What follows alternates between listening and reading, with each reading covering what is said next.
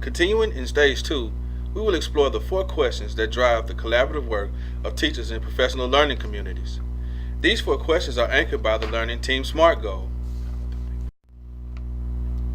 After answering question 1, what do we want our students to learn?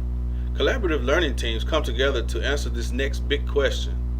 How will we know that they have learned it? In this section, you will be introduced to the collective inquiry that drives the work of collaborative teams. To support this learning, you will be given access to tools for creating common assessments for measuring student learning. Then you can engage your PLC team in advancing the learning with the powerful skill of studying student work.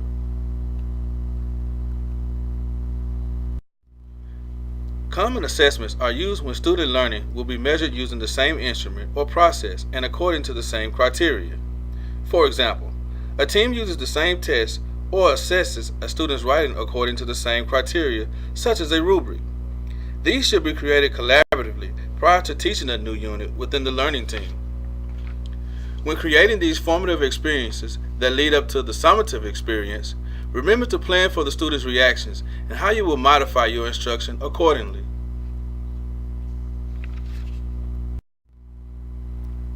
The 2 types of common assessments we use are formative and summative.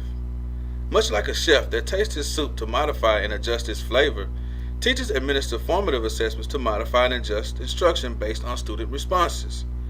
Once the chef feels his soup is ready to be served, then he serves it, and the reaction of his guests provide him with a response.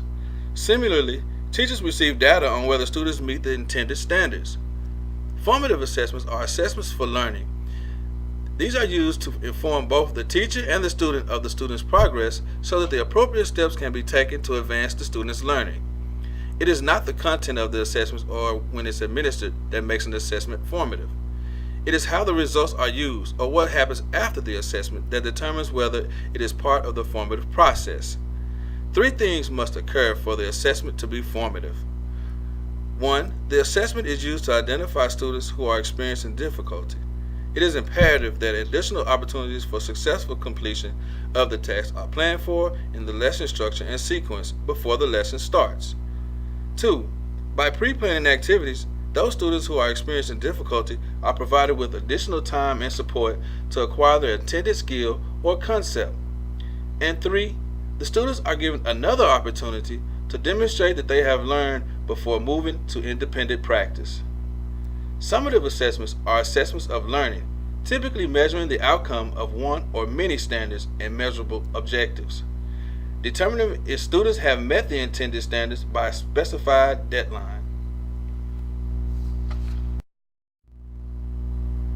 An opportunity to discuss and engage in this practice with common assessments can be done in the evidence section. Recommended tools for guiding teacher discussions when collaborating on common assessments and evaluating their results can be found in the Where to Go section. The second part of question 2 is using the assessments as a means rather than an end by studying the student work. Most educators entered the profession because they felt they could make a significant difference in the lives of their students. Test scores will take care of themselves when we are passionately committed to the 3 core beliefs: that all students can learn, that success breeds success, and that we control the conditions of success. By helping each student develop the knowledge, skills, and dispositions essential to his or her success, and to teach mastery and maximizing academic learning, we can improve the student's rate of success. When looking at student work in any assignment or assessment, we should be able to formally assess their progress toward learning the standard and evaluate its quality against certain criteria that the learning team has come to a consensus on. Here we uncover 4 general guiding questions for monitoring student learning. 1. What standard was this work evaluated against? 2.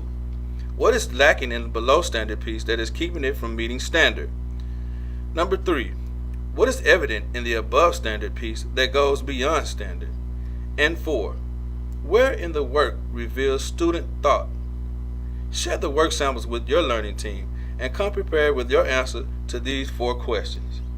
As a result of these collaborations around student work, we should be able to identify strengths and weaknesses in our individual teaching in an effort to help our team get better results. Using protocols to examine student work protects each member in the best interests of our students. Team norms are closely monitored by a learning team facilitator. The structured conversations provide a safe, predictable, and committed space for learning and dialogue. We recommend using the critical fringe protocols from the School Reform Initiative. Several links are provided in the Where to Go resource links. Additional student data views and data discussion tools can be found in the Nice to Know section.